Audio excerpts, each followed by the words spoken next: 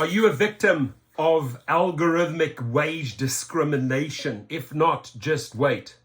I would put money on this one, right? That anyone that's been on these platforms, it doesn't matter what company, whether it's DoorDash, Uber, or Lyft, has faced algorithmic wage discrimination. And also, thanks to Sergio, who's coming out with his clothing line soon.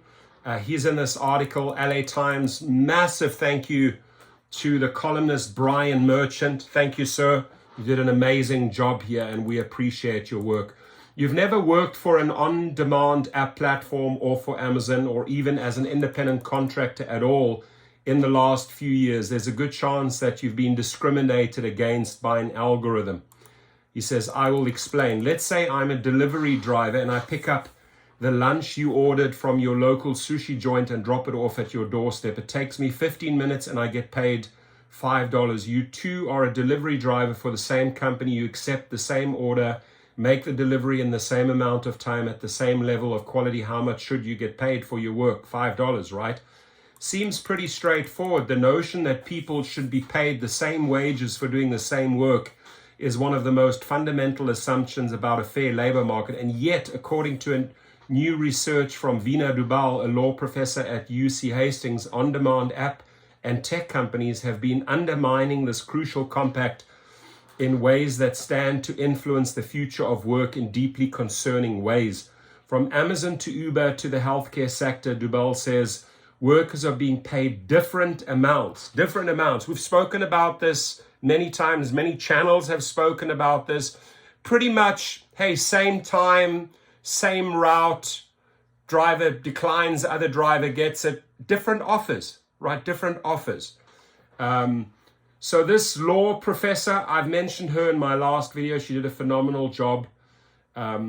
Workers are being paid different amounts for the same amount of work that is conducted for the same amount of time. We've proven that, we've shown that, and LA Times would not back an article like this, ladies and gentlemen, if the proof wasn't there. So they must have showed tons and tons of screenshots to get this article released. Now, let's say I'm a delivery driver for Uber Eats or Postmates. These companies use black box algorithms to determine how I get paid. So the amount I earn for picking up that sushi is going to be different every time I do the same delivery, and different from any other work making the same delivery for the same company. I make $6.50 on one set of conditions, but $4.25 in another. I'm given little insight to why. Right, why are these discrepancies there, right? And another driver might never make more than $3 for doing the exact same amount of work. Dubal calls this algorithmic wage discrimination. Believe me, ladies and gentlemen, it is real. And all I can say, we need to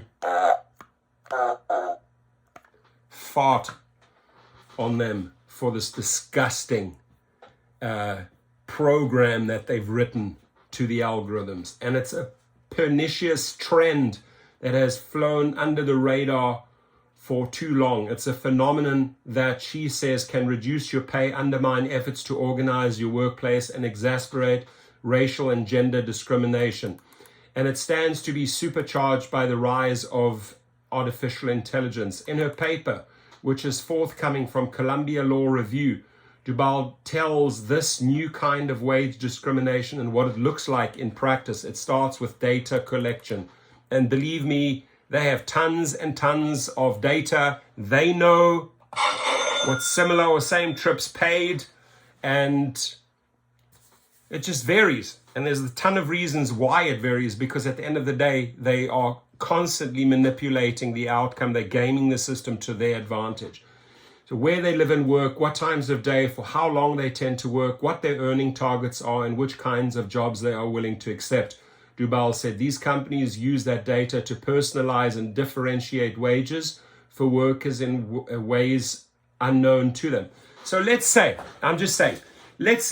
you have a 2, 3, 4, 5 mile radius where you do food deliveries, and they can see that you're working for $3, but Jack and Jill will only take those offers for $5 and $6, right? So look at all of the behaviors, for example, in a zip code, in an area, in a radius.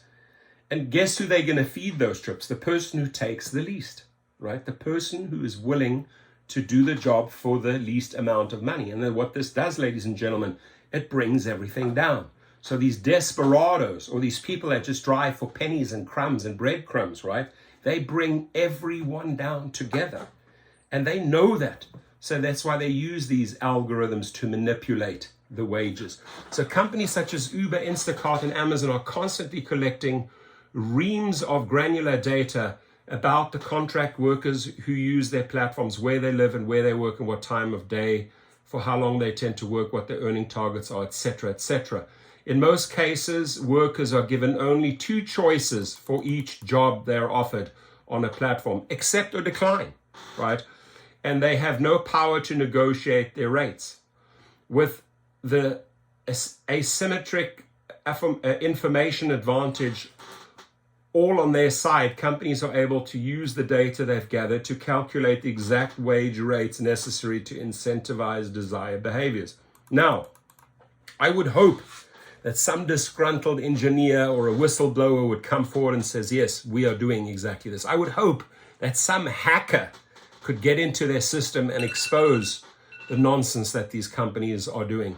One of those desired behaviors is staying on the road as long as possible so workers might be able to meet the always fluctuating levels of demand. As such, Dubald writes, the companies are motivated to elongate the time between sending fares to any one driver. Just as long as they don't get so impatient waiting for a ride, they end their shift. Remember, Uber drivers are not paid for any time they are not engaged, which is often as much as 40% of the shift. And they have no say in when they get offered rides either. The company machine learning technologies may even predict the amount of time a specific driver is willing to wait for a fare. It's insane. If the algorithm can predict that one worker in the region with a high acceptance rate will take that sushi delivery for $4 instead of $5, I just said that. They've been waiting for what seems like forever at this point. It may, according to the research, offer them a lower rate. If the algorithm can predict that a given worker will keep going until she hits a daily goal of $200, Dubal says it might lower rates on offer, making that goal harder to hit to keep them working longer. I mean, how insane is that, ladies and gentlemen, right? How insane is that? This is algorithmic wage discrimination. It's basically variable pay that personalized to individuals based on what is really, really a lot of data that's accumulated on those workers while they're working. Sergio Avidian, shout out. Here's his brand, a veteran Uber driver and senior contributor to the gig workers resource, the Rideshare guy, says he has seen the phenomenon plenty and heard countless anecdotes from fellow drivers. Avidian was not involved in Dubal's research. They should team up, man. Thank you, Vina. We appreciate you. We really do. Avidian shared an experiment he ran in which 2 Uber driving brothers in Chicago sat side by side with the apps open. They recorded in real time which rates they were offered for the same ride. And one brother was consistently offered more for every trip. The brother who kept getting higher offers drove a Tesla and had a history of accepting fewer rides, while his brother had a rental hybrid sedan and a higher ride acceptance rate. This suggests that Uber's algorithm is offering higher rates to the user with the nicer car and who has historically been more picky in order to entice him to the road. That's why I'm saying cherry pick, cherry pick, cherry pick! And lower ones to the driver who is statistically more likely to accept a ride for less pay. At Curbivore, an on-demand industry trade show held in Los Angeles, Avidian did the experiment again, this time with 4 drivers, and none of them was offered the same rate for the same work. This variation has exploded, Avidian says, since Uber rolled out its upfront pricing model. Previously, drivers' earnings were based on a model a lot like a cab meter, a combination of distance, time, and base fare, plus bonuses for driving in busy times and completing a certain number of trips per week. Now drivers are sent an upfront offer basically for what they'll get paid for a ride total. As Dara Kerr reported in the markup, when the company quietly moved its new system into dozens of major US markets last year, drivers immediately had concerns. It was unclear what went into calculating the rates, and the system seemed to make it easier for Uber to take a larger cut of the fare. In theory, upfront pricing has some real benefits. Workers are given more information about the ride before they agree to take it, for instance. But in reality, Evidian says it has amounted to an almost across-the-board pay cut. For one thing, drivers don't get paid when due to traffic or other obstacles, trips go longer or further than Algorithmic predicts, as they very often do. For another, it's a hotbed for algorithmic wage discrimination. In cabs, you get a meter. Evidian says you can see how the fare is calculated as the trip goes on. Uber used to be more like that. I knew what I was going to get paid. Now I have no idea. Sometimes that trip will show up at $9 and sometimes it will show up as $17, more often $9. Why recreate the wheel? He'll tell me why. It gives Uber an opportunity to find a driver willing to take the lowest possible fare. When they send a driver the upfront rate, they essentially have an auction going on, Evidian says. The algorithm will start shopping that to drivers with certain tendencies. He says they're running the best arbitrage on the planet. They're trying to sell it to the driver for the lowest price possible. That's why you need the multiplier where everybody can set their rates. That's what independent contractors should do, so that the market can dictate, right, and regulate itself. This here is complete and utter BS manipulation, my friends. In the ride-hailing community, drivers who accept every ride are known as ants. Those who wait for more lucrative rides are cherry pickers or pickers. Evidian is a picker himself because all of the data he's seen suggests that ants get offered lower rates. The algorithm knows it can pay them less. I call them desperados, so it tries to do exactly that. It's brilliant on their part, to be honest. Evidian says they want to make sure they have the highest take rate on millions of trips per hour. All that nickel and diming adds up. It's the last earnings report. Uber said it completed 2.1 billion trips in the fourth quarter of 2022, or 23 million trips per day. If it can find drivers willing to take trips or even $1 less per ride, they're cutting millions of dollars in labor costs. That should give you an idea of how much money Uber stands to earn by leaning into algorithmic wage discrimination. But it's not just about the lowered pay. It's not just about Uber. It's every company that dictates the terms of employment through an app, online portal, temp office, or independent contract. It gives them incredible flexibility. Dubal tells me they can shift wages, shift algorithms according to whatever the firm needs or desires. Furthermore, it's an extraordinary form of control that undermines the capability of organizing. One of the most successful labor campaigns of the last decade was Fight for $15. Fast food workers saw the uniformly lackluster wages across the industry and united to call for change. Algorithmic wage discrimination makes building that kind of solidarity harder. A union-busting firm will always tell you they don't want your workers coalescing around problems, Dubal says. They try keeping one group happy and another unhappy, making it impossible to meet and discuss an issue. And what algorithmic wage discrimination does is obscure any common problems a worker might have, making it hard to find common cause with co-workers. Contacted for comment, Uber spokesman Zahid Arab said, the central premise of Professor Dubal's paper about how Uber presents upfront fares to drivers is simply wrong. We do not tailor individual bullshit, buddy. Bullshit. I call BS. We do not tailor individual fares for individual drivers as little as the system determines that they may be willing to accept. Put him on the stand.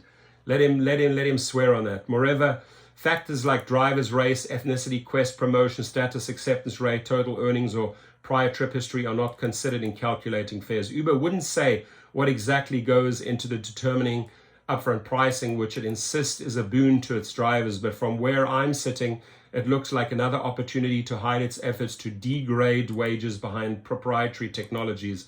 These are drivers who will wear their vehicles out, their bodies out, chasing diminishing returns, and the algorithm demands, Evidian says. Indeed, thanks in part to algorithmic wage discrimination, a lot of workers for Uber and other on-demand app platforms don't even make minimum wage after gas, maintenance, time spent waiting between rides and factored in.